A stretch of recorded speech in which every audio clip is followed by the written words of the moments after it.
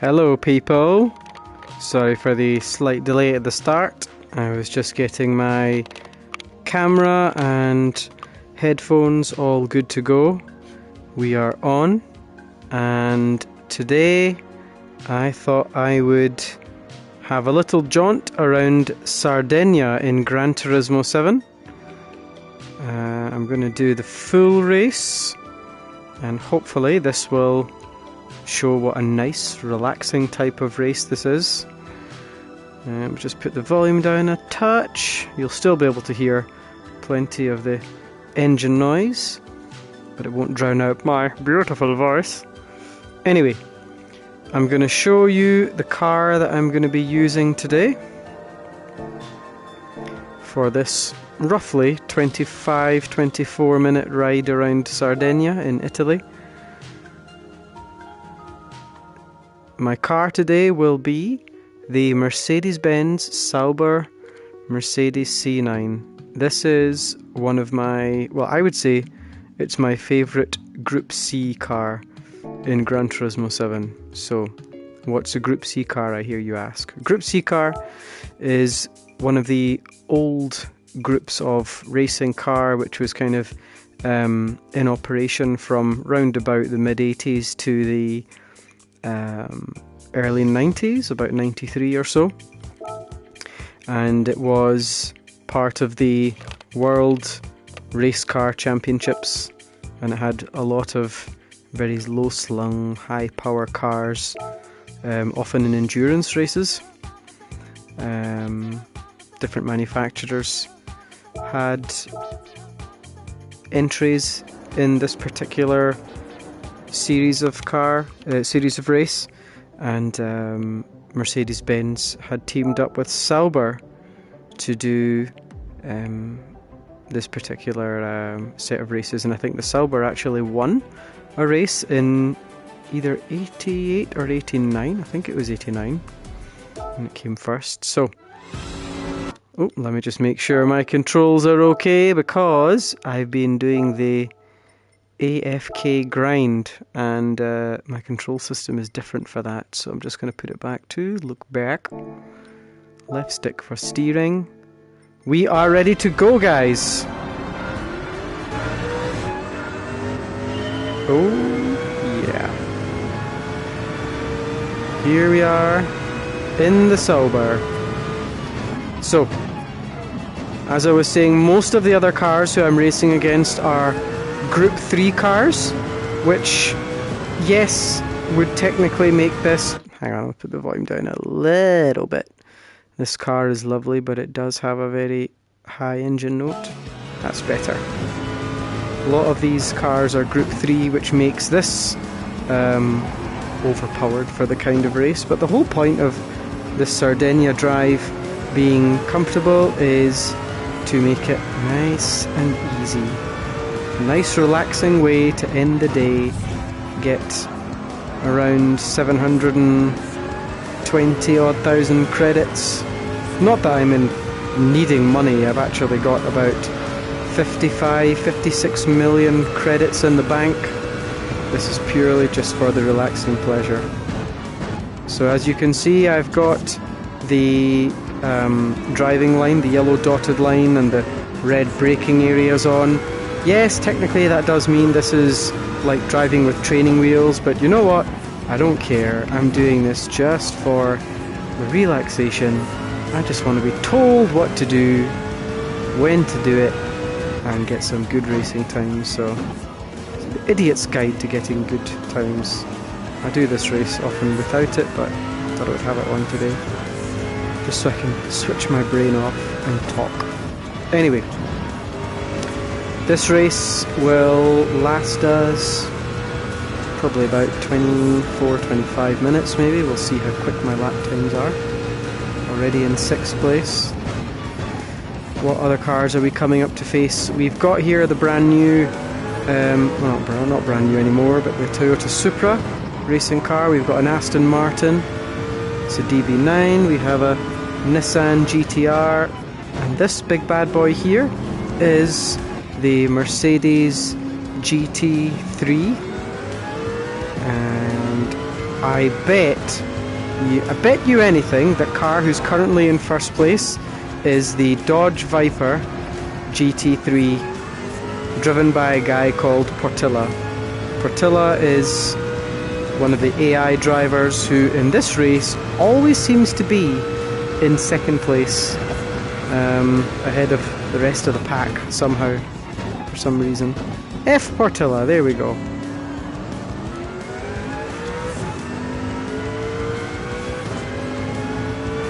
So this car has, just like all the other cars in Gran Turismo 7, is modelled so beautifully. It's a bit tricky to show you the ins and outs of the car when I'm heading around these corners. When I'm racing on Le Mans, it's easier to do that because there is there's a lot more straights in that race, and you can take some time to kind of gander around. But you can see, look at the detail. We've got some wires coming out the ceiling here. Oh, this lap there was 3.5 seconds faster than the previous one. We are now on lap number 3. I have my traction control set to only 1. Again, just more for comfort really. Stability management is switched off, so those training wheels have been ditched, and counter steering, I believe, is also off, I think. I have a funny feeling counter steering is off. I think it is. So the only thing I have on in terms of driving aids is traction control at 1. So you can have a look around the steering wheel here. Look at the speedo, gives you oil pressure, digital gauge. We've got some very odd looking, almost looks like Greek mathematics symbols, just in the centre of the dash there, under where it says charge. 1.5 seconds faster so far. I can make up some time. And in terms of my fuel, out of the 6 available fuel maps, I am running a fuel map 3. Now what does that mean? Fuel map 1, basically as you can see, it says power on the left and lean on the right, with that green kind of curve over the top. What that basically means is if you're at anything at 1 or around there, that makes the engine management favour delivery of power and speed at the cost of fuel economy. If you are at levels of 5 or 6 or something like that, then you're asking the engine management to favour fuel economy and not so much on... It will still be, you know, a fast car, but it will be notably a little bit slower than what it was if it was on 1, 2 or 3. And as you can see my tyre wear there, I have racing mediums. It says RM, and this car is set up so beautifully. There's a guy online who has been a long time tuner of these cars in Gran Turismo. His name is Priano. I don't actually know where he's from. It's somewhere in Europe, I do know that. I have a funny feeling France, but I'm not entirely sure on that.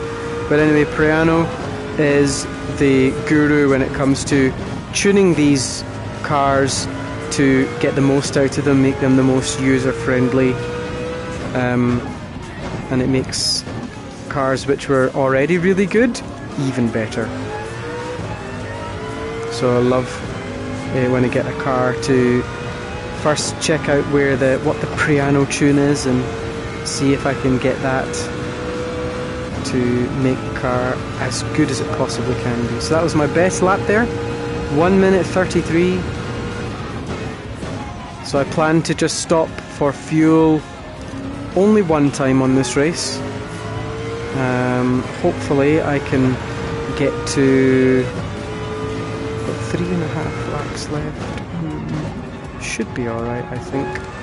This is lap number 5. We shall see. So you can look around here. We've got some very, very wide sills in this car, being a Group C car that was kind of built for Le Mans and other tracks. Lots of wiring there. You can see a lot of these exposed rivets. Whoop. There you go. There's the danger of looking around the cabin when you're in beautiful PSVR2 trying to admire the insides of these cars. You could see the exposed steel rivets or whatever metal it is around these cars. Now we're coming up to our first slowpoke, the Porsche 911 RSR. Goodbye, loser! He is way back. We've now lapped one dude. Ooh, take out the tactic. That's good. So I usually find that in this race I will lap everybody once and sometimes second time. These slowpokes are going to get lap 2. Corvette. And who's this? We have... looks like the BMW 6 Series. You know, I have a lot of love for the BMW 6 Series. For those of you who know me personally, you know that I used to have a BMW 640D Gran Coupe. Around about 2016, 2017 I had that before I got my Range Rover Sport. Oh, what a lovely car the 6 Series Gran Coupe was. It was beautiful. Such a handsome car. 4 doors, 4 seats, very spacious rear seats. In fact, my daughter Zoya, she was a lot younger when I had that car and she loved it. A lot of my friends used to call it the Batmobile because they thought it looked really low slung and badass. It was a lovely car.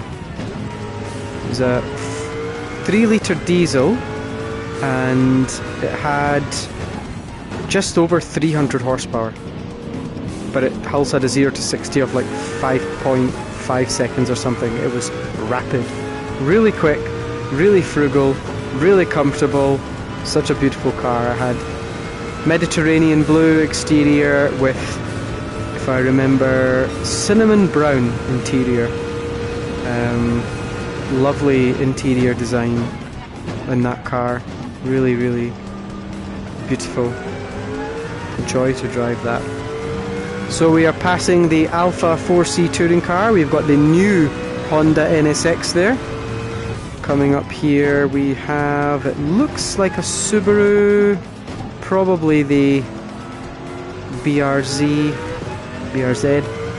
Again we have another Supra Fraga, the Brazilian Bandor. Away you go. So we're just at the point of lapping everybody once. I'm gonna have to remember to hit.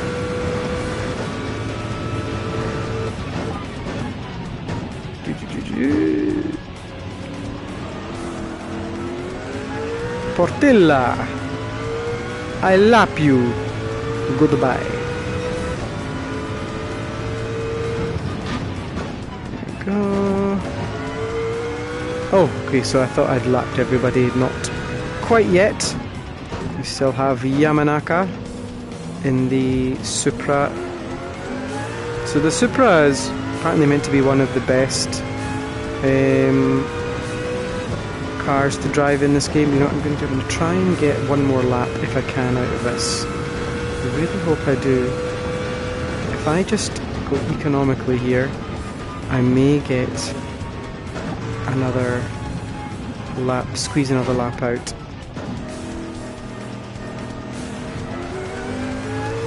The reason is I want to try and get 8 laps if I can, because then it means I can last the rest of the race on a fuel map 3, because I don't want to run out of fuel. So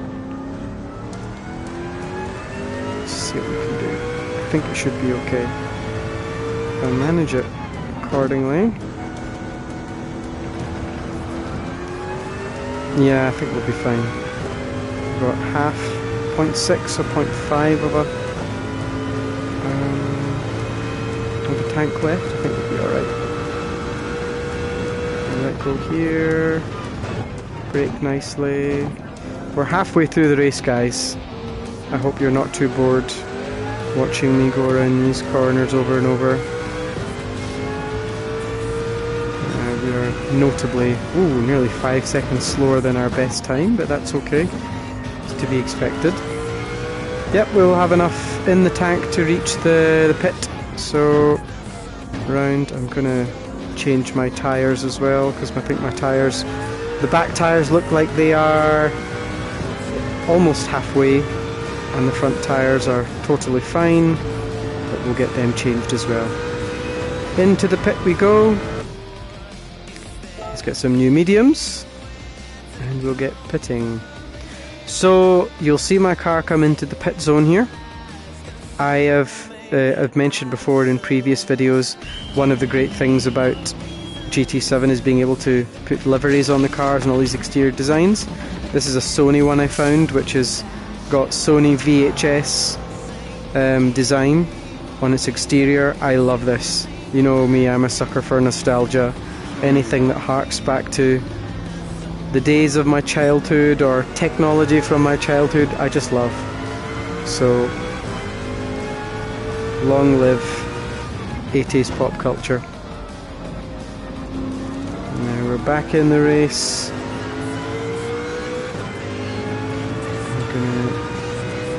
This again will be having to lap these dudes for the first time. Ooh, don't go in the grass. Oh, just didn't cut that corner too well. What else is there to show you inside this car? Do you know, I might go and give you guys a tour of it once we finish this race. I do think it's worth it. I think it's a beautiful car inside, and it will really showcase, just like I have done in previous videos, just how beautiful this car, the modelling in this car can be really nice. So as you can see, we've got 7.5 laps left in the tank. We've got plenty to see us through for the remaining 6 or so laps left in this game, in this race. Fraga is back, the Brazilian bander.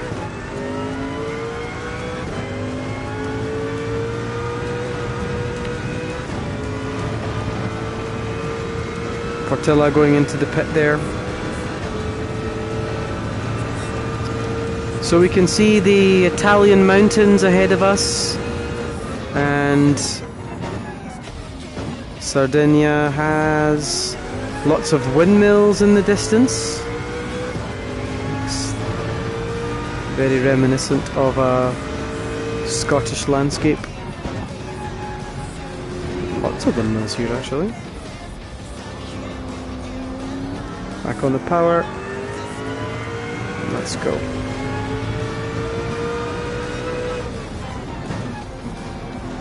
So I'm not really pushing it in terms of my time to get a super fast time here. If I was doing that, I would probably be looking to stay on a fuel map 1 or 2, but right now I'm on a 3, and obviously I went down to a 6 for that middle lap, and just to make my fuel last a little bit longer. So the other Group C cars in this game, which I have, and really nice to drive, good for grinding on this track, and just generally very fast, high downforce cars which handle well, very economical with fuel. They include this one here, Mercedes Sauber C9, the Nissan R92 CP, that's probably the fastest out of the lot of them. The next one is the Mazda 787B. You might have seen me drive that one before. It's a green and orange. That's the kind of standard livery it has. I've got a green and orange livery on that as well. The next one is the Porsche 962C, which I have a red and a blue. Almost looks like Pepsi waving. It's not a Pepsi design, but it just kind of looks like that Pepsi wavy design that Pepsi cans have.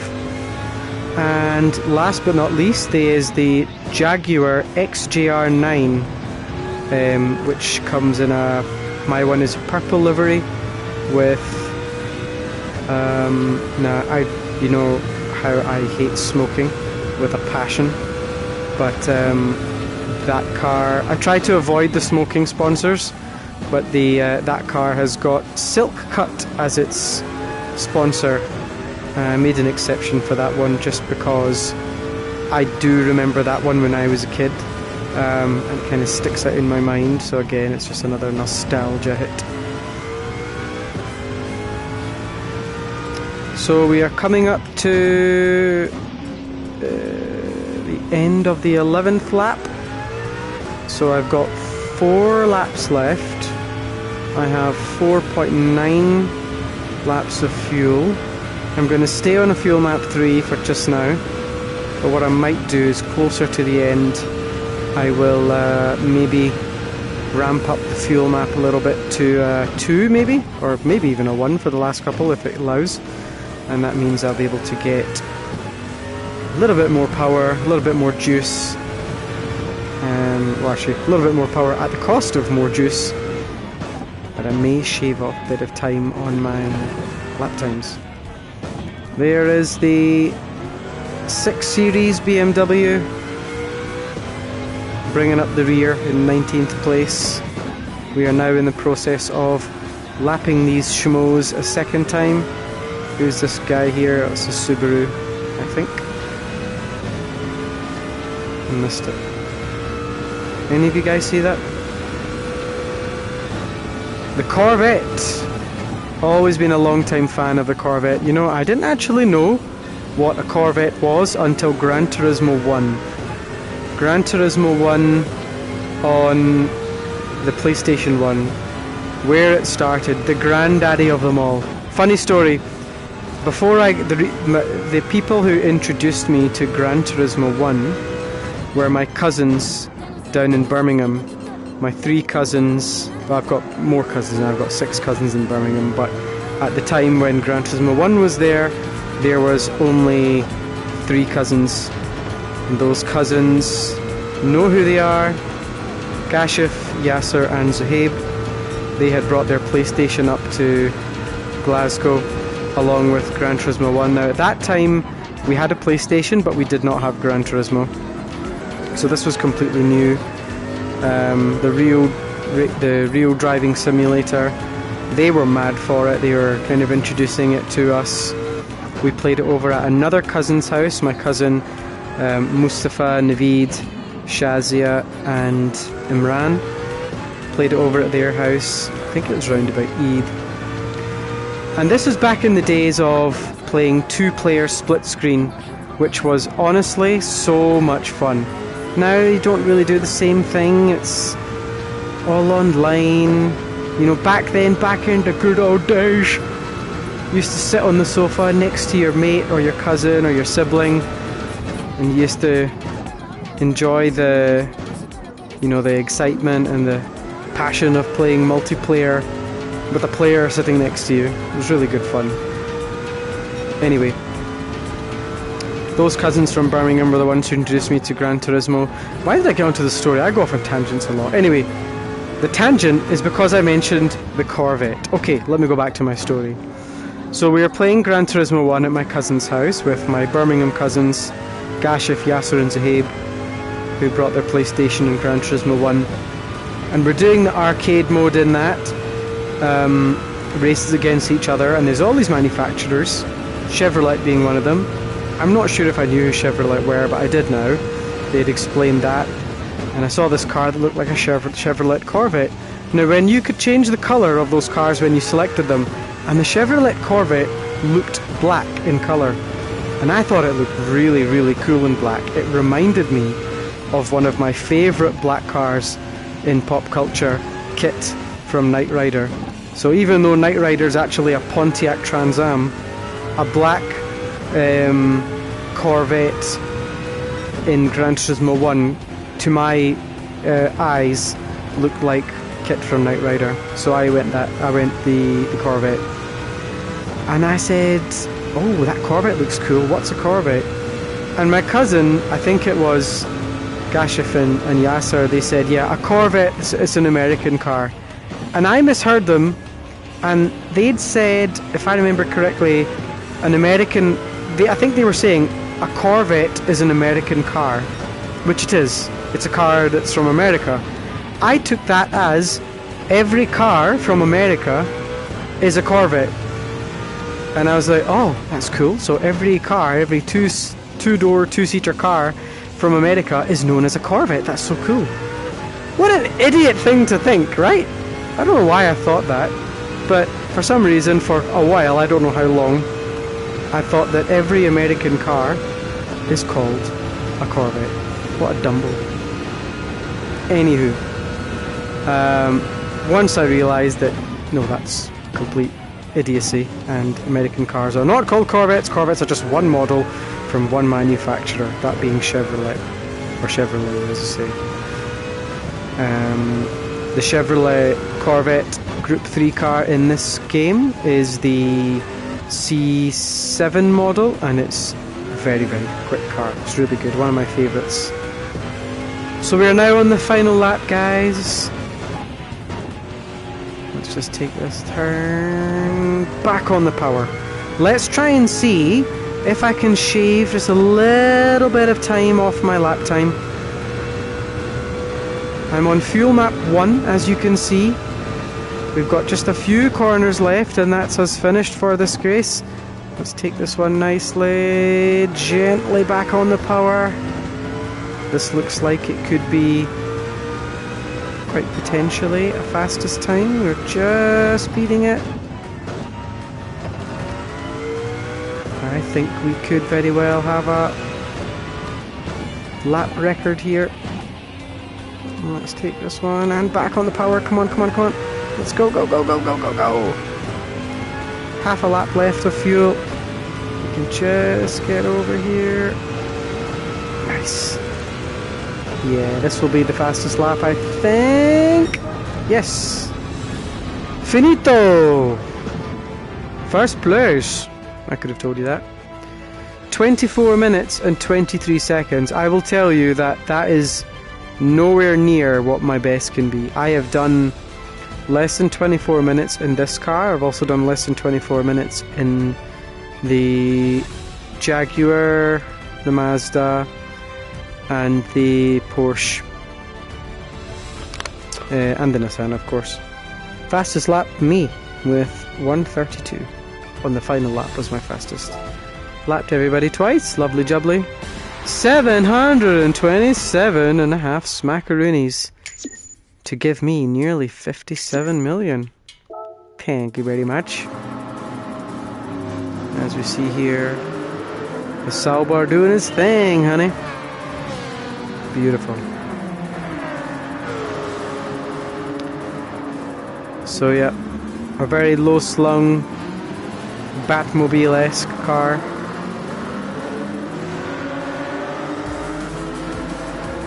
Lovely handling. You know, the visuals in this game are so good. Sometimes you just sit back and watch them and think, wow.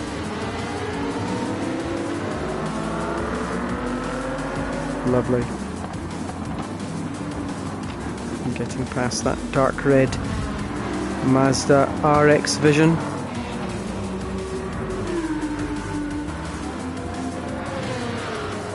Love the Sauber. Overtaking the Ferrari 458 there. Coming up to the Corvette. Beautiful. If I don't say so myself. Ooh, nice clump of cars to overtake in one go. Do you know, I've actually not seen a lot of replays of me doing overtakes.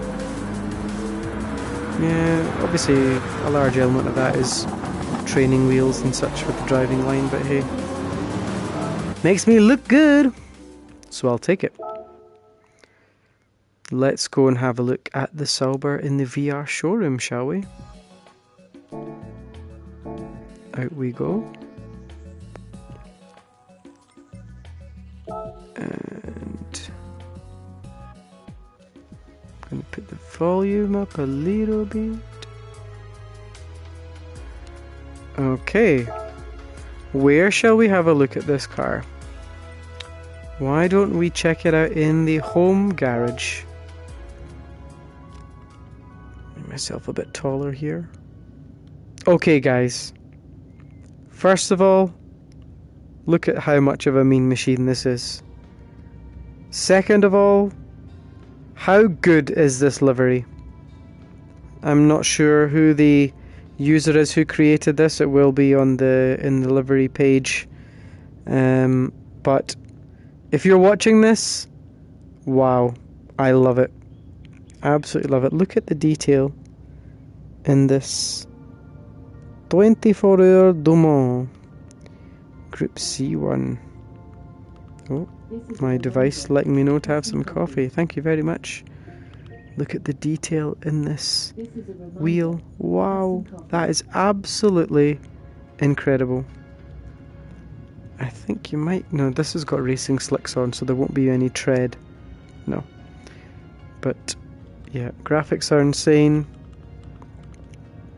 I'm not going to step into the car, as in over the bodywork, because then it will make me lose the car model for a second. So, come round to this rear hind quarters. Oh, so good. Let's have a look at the engine and the rear assembly here. Look at that rear diffuser. And look at the detail of that that braided cable, the nuts and bolts. Wow, I can see some of the suspension struts there, transmission. I'm not sure what the little red tube is for. You can look. You can even see. You can even see the brake wire. You see that little brake wire going in just behind the caliper, curving round over the strut brace. How good is that?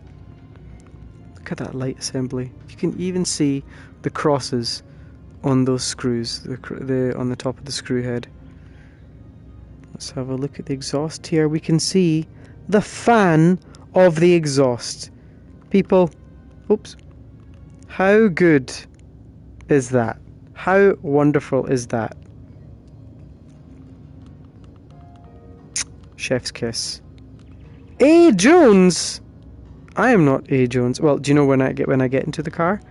He might be the user who created it. Actually, that's quite possible. I'm not sure. But let's have a sit inside.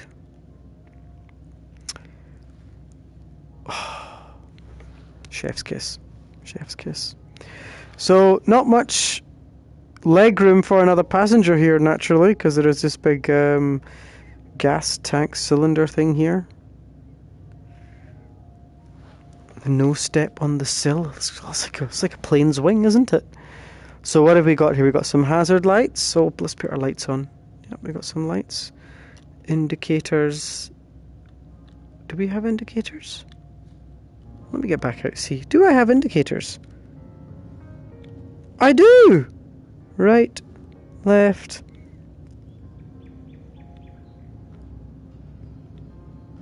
Oh, nice. Well, I've got a light at the top as well. Nice. Okay. Let's go back inside. Ignition, flasher, washer, wiper, light, tires, fog. Problem. That's a good way to know if you have a problem, I guess. Got the manufacturer plaque there. I can't quite read it. C9. It's upside down. Sauber. That's so cool. So cool. We've got the fuel gauge there, made by Bosch. We have our steering wheel, oil pressure, water press, Motronic, and the rev counter tilted. I find that quite unusual. I don't know what reason it is. Is that because, I don't know, is it maybe the need to, maybe it's easier for the driver to know to upshift at 6,000 or 5,000 revs, possibly. Maybe that's why they've tilted it as a easy visual reference point. We've got a roll cage here. Looks like it's covered with some foam so I don't bash my head. They didn't want to bash my head on it, eh? Ooh, what's this behind us? Le Mans. So, I think you'll agree, looks beautiful. So, well guys, that was my Sardegna grind for today. I am going to love you and leave you. However, I am going to change my oil first, just because it's good car maintenance. Oh, feel it getting cleansed. And now, oh, before I go, can I show you some of the other liveries I have for this car? So this is where I was showing you, okay? Content search searches the car you're currently in. Look at all these bad boys. Look at the detail that people put into these. I mean, oh, there's the one that I had. Sony VHS. Okay, AJ. So yeah, that must have been the user. AJC9508. If you're listening, Mr. AJC9508 or A Jones, I love this livery. It's my favourite for this car. Let's plop another one on and see what it looks like. Which one shall we go for? Let's go for something which is synonymous with this car. I have seen there was a blue one here, this Koros one. I think this possibly may have been from the Sauber C8, maybe the C9 as well, but it looks nice. I think it looks lovely. Yves Saint Laurent. Go back to mine. I'll show you the ones. Usually when I get a new car, an expensive car like that, I will go through the liveries and choose which ones, hand pick the ones I like. These ones I've picked here, the Olympia one, Mercedes-Benz, Mobile one, there's my Sony VHS one, it's lovely. West Kuro, so I already have that. Blaupunkt, it's like the Robocop line. No problem, Miller, let the mayor go, we'll even throw in a Blaupunkt. Team Sauber and Petronas. Let's put the Blaupunkt one on just because I like to say the word Blaupunkt because it was from Robocop, my favourite movie.